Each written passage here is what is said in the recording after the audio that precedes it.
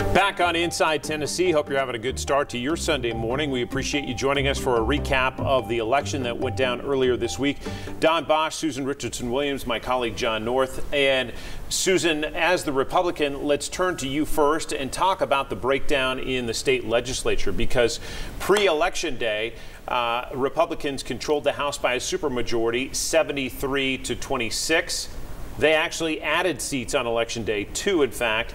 Now it's 75-24. On the Senate side, it was 27-6 and remains 27-6 from the latest numbers that we've seen. A supermajority means all the Democrats could not even show up and the Republicans could get business done. What does this mean for your party? Well, it's not much difference, except they did pick up 2 seats in the House. I had had a conversation with Speaker Sexton a couple of days before, and he was very confident they were going to get 2 to 3 seats.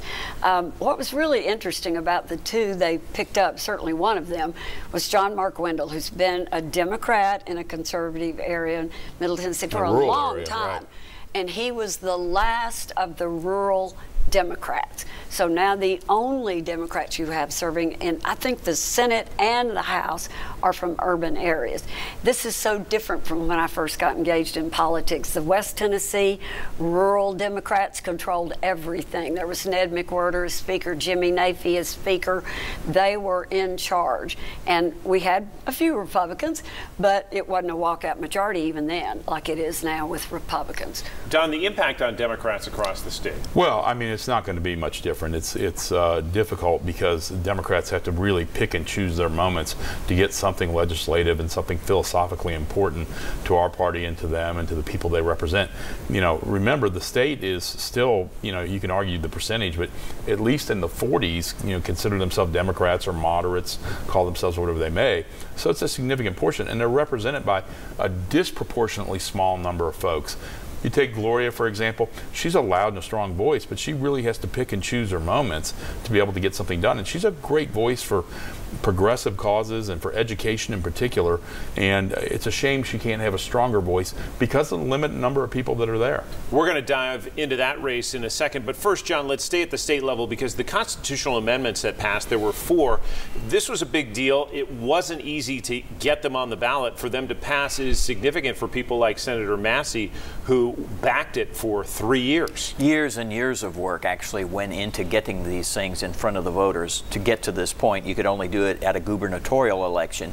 As it turned out, they crossed the hurdle fairly easily. Number 1 was maybe the most controversial, the so-called right to work. You had to get 50% plus 1 of all of the gubernatorial vote. They all did that easily. What I thought was really interesting when I went back and I looked at the numbers the day after the election was how number 4, you remember, right, that's the one where it said if you are a minister, you ought to be able to serve in the legislature.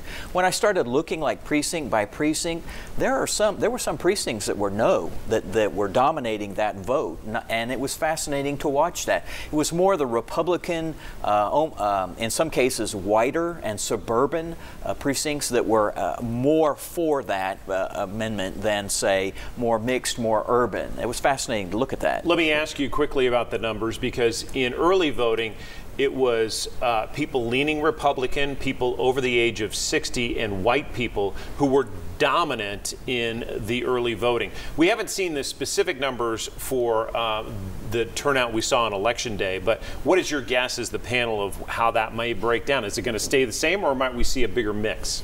I'd say probably a bigger mix, and I think that will continue to evolve. Yeah, I totally agree. I think you had more women, younger women turn out than what we had seen in early voting. I had said before, everybody was my age when I voted, you know, and right. So definitely different. Susan and I joked off air last night, you know, it used to be at Rocky Hill, you saw the crowd with walkers. On Tuesday night, you saw the crowd with Birkenstocks. And so, you know, it really did change. And remember, Knox County is becoming more diverse between a Latino Hispanic population and an African American population. It's slowly becoming more diverse. You're going to see more diversity within our electorate. We're going to talk more specifics about 2 races that really had our attention as a panel, and also the attention of voters in Knox County. More about that conversation when we come back on Inside Tennessee.